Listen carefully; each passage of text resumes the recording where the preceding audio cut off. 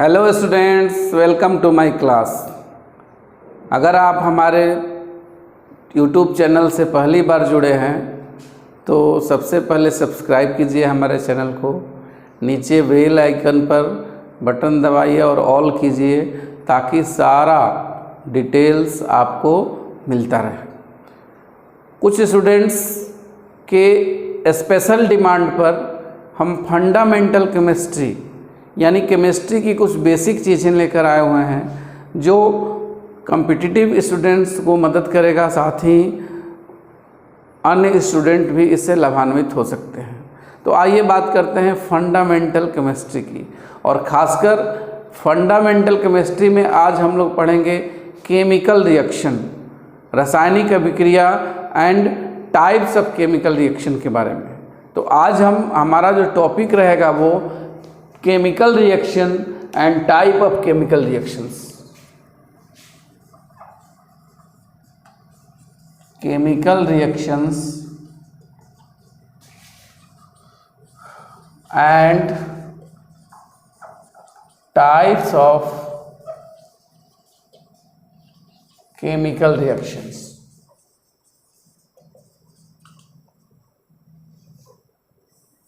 Chemical reactions and types of chemical reactions में सबसे पहले हम बात करेंगे केमिकल रिएक्शन की। और केमिकल रिएक्शन में आप ऑलरेडी पहले से जानते हैं what are the main differences between physical reaction and chemical reaction. यहाँ हम शुरू करेंगे केमिकल रिएक्शन से ही। तो केमिकल रिएक्शन में टू और more compounds combine to form to give a new unique properties based compound is known as chemical reaction. तो chemical reaction में आप इसको डिफाइन कर सकते हैं, chemical reaction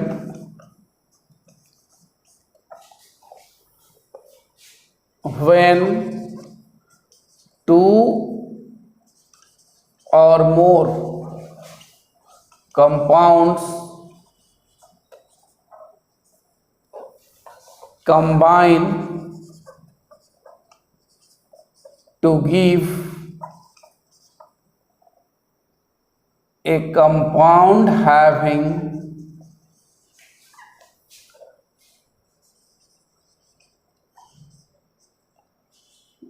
new chemical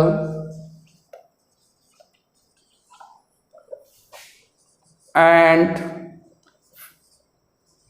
physical properties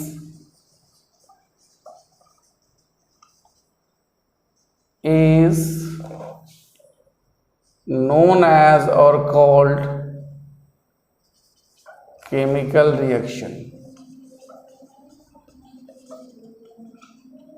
यानी रासायनिक अभिक्रिया की जब बात करें तो जहाँ दो या दो से अधिक सब्सटेंस, दो या दो से अधिक पदार्थ मिलेंगे और मिलकर एक नए गुणों वाले पदार्थ का निर्माण करेंगे। जब भी कोई रासायनिक अभिक्रिया होगी वहाँ दो या दो से अधिक पदार्थ मिलेंगे और एक नए गुणों वाले पदार्थ का निर्माण करते हैं, तो उसे हम रासायनिक अभिक्रिया कहते हैं। जैसे हाइड्रोजन और ऑक्सीजन, हाइड्रोजन और ऑक्सीजन दोनों कंबाइन करते हैं और वाटर का फॉर्मेशन करते हैं। तो इस तरह से ये जो केमिकल रिएक्शन है इसके बारे में हम जानेंगे टाइप्स ऑफ, इसके बारे में जब अगला जो टॉपिक है हमारा टाइप्स ऑफ केमिकल रिएक्शन है। तो आइए अब देखते हैं टाइप्स ऑफ केमिकल रिएक्शन के बारे में। टाइप्स ऑफ केमिकल रिएक्शन के बारे में जानने से पहले एक चीज़ और आपको जानना होगा कि how chemical reactions occurs and what are the main component of a chemical reaction.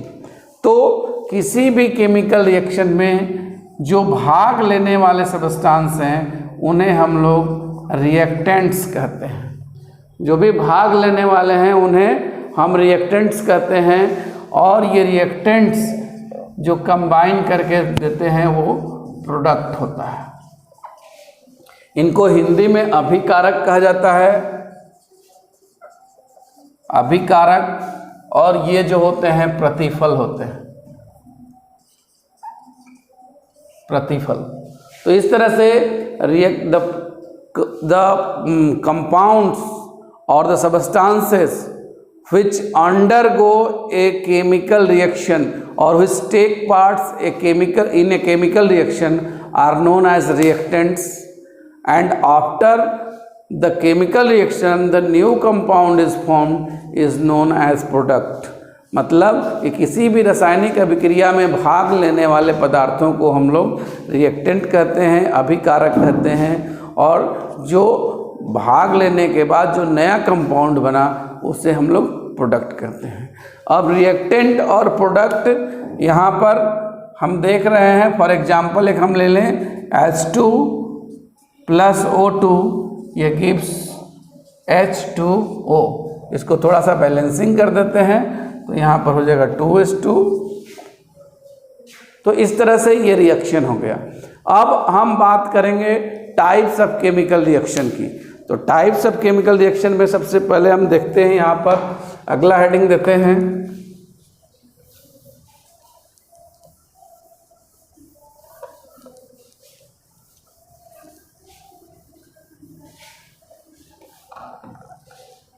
Types of chemical reaction.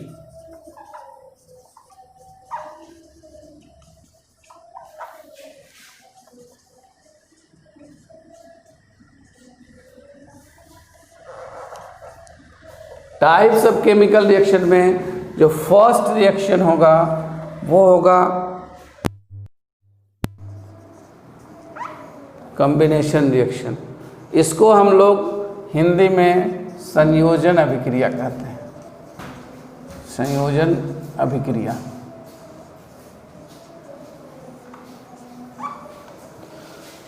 संयोजन अभिक्रिया और कॉम्बिनेशन रिएक्शन, इसमें हम लोग जानेंगे जैसे जो 2 या 2 से अधिक कंपाउंड इसमें कंबाइन करेंगे और जो प्रोडक्ट होगा वो ओनली 1 मिलेगा। व्हेन 2 और मोर कंपाउंड्स और substances combines to form, when 2 or more substances combine to form a single product or a single substance or a single compound, then it is known as combination reaction। मतलब जब किसी अभिक्रिया में 2 या 2 से अधिक तत्व या पदार्थ मिलेंगे और मिलकर एक सिंगल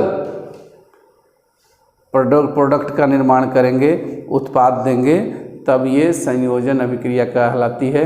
यानी यहाँ पर संयोग होता है, सीधा समझे तो कॉम्बिनेशन होता है। फॉर एग्जांपल यहाँ पर यदि A और B ये दोनों रिएक्ट करते हैं तो ये जो मिलेगी यहाँ पर एक जो प्रोडक्ट होगा वो C मिलेगा। एग्जाम्पल के लिए ले लें हम तो यहाँ कार्बन प्लस ऑक्सीजन, ये 2 रिएक्टेंट हो गए, यहाँ CO2 का फॉर्मेशन होता है। तो इसको देखकर आसानी से हम पहचान कर सकते हैं कि ये किस तरह की अभिक्रिया है, किस तरह का रिएक्शन है, आइदर कॉम्बिनेशन रिएक्शन और दूसरा है। अब दूसरी जो अभिक्रिया होगी वो ठीक इसकी विपरीत अभिक्रिया होती है, that is known as decomposition reaction.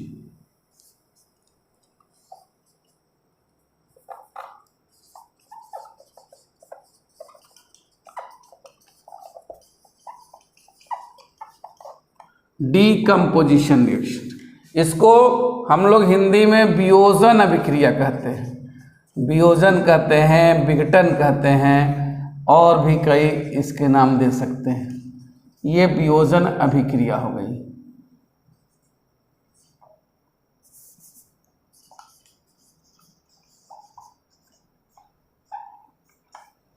वियोजन अभिक्रिया, वियोजन अभिक्रिया में एक कंपाउंड रिएक्शन में भाग लेगा और एक सबस्टांस रिएक्शन में अंडरगो केमिकल रिएक्शन, और जो प्रोडक्ट हैं एक से अधिक प्राप्त होगा। यानी in reaction 1 compound undergo chemical reaction and give more than 1 products. For example यहाँ पर यदि हम ले लें एग्जाम्पल के तौर पे A यदि किसी केमिकल रिएक्शन में भाग लेता है तो यहाँ पर जो प्रोडक्ट है वो B + C देगा।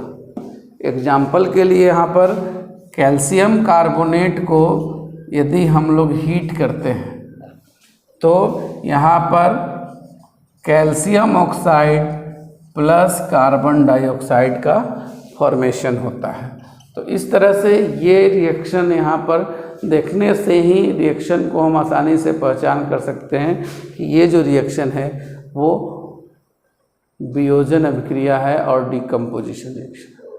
इसके बाद जो अगली बात आती है that is decomposition reaction. Decomposition reaction की तो बात हो गई, अगला जो है वो डिस्प्लेसमेंट रिएक्शन। डिस्प्लेसमेंट रिएक्शन की बात करेंगे हम लोग, तो डिस्प्लेसमेंट रिएक्शन को यदि देखेंगे तो इसमें किसी सबस्टांस से किसी एटम को और ग्रुप ऑफ एटम को अनदर एटम जो है वो रिप्लेस करता है। एटम को और ग्रुप ऑफ एटम को अनदर एलिमेंट और कंपाउंड रिप्लेस करता है। जैसे अब यहाँ पर हम लोग जो थर्ड है वो देखते हैं single displacement. Single displacement, single displacement, इसको हिंदी में एकल विस्थापन कहते हैं। एकल विस्थापन अभिक्रिया। ये सिंगल डिस्प्लेसमेंट में क्या होगा कि व्हेन एन एटम और a group of atom displaces another atom और group of atom from a compound then it is known as displacement और सिंगल डिस्प्लेसमेंट रिएक्शन। इसमें कोई एक जो तत्व है या अणु है वो किसी पदार्थ से, किसी कंपाउंड से उसके एक अणु को या एक तत्व को, परमाणु को उससे विस्थापित कर देगा। इसे हम लोग एकल विस्थापन कहते हैं। जैसे यहाँ पर हम देखें तो Fe प्लस CuSO4 ये कॉपर सल्फेट है और आयरन है। आयरन से कॉपर सल्फेट की जब अभिक्रिया होती है तो यहाँ बन जाता है FeSO4 प्लस Cu। यहाँ पर ये रिएक्शन को हम लोग प्रैक्टिकली बहुत बढ़िया से देख सकते हैं। प्रयोगशाला में ये रिएक्शन बिल्कुल इजीली हमें दिखाई पड़ता है। जैसे कॉपर सल्फेट का जो सॉल्यूशन होता है वह बिल्कुल नीला होता है और उसमें यदि हम आयरन रड डाल देते हैं तो ये धीरे धीरे इसका नीला रंग गायब हो जाता है, यानी पूरी तरह सॉल्यूशन से कॉपर जो है डिस्प्लेस हो जाता है और ये आयरन सल्फेट का फॉर्मेशन हो जाता है। तो ये सिंगल डिस्प्लेसमेंट है। इसके बाद अब डबल डिस्प्लेसमेंट की बात करेंगे। डबल डिस्प्लेसमेंट को यहाँ पर हम इजीली समझ सकते हैं। ये फोर्थ रिएक्शन है double displacement.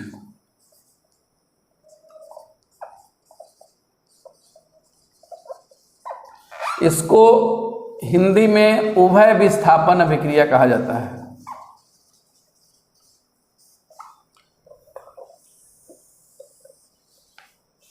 When there is exchange of atoms or molecules between the two compounds, then it is known as double displacement reaction।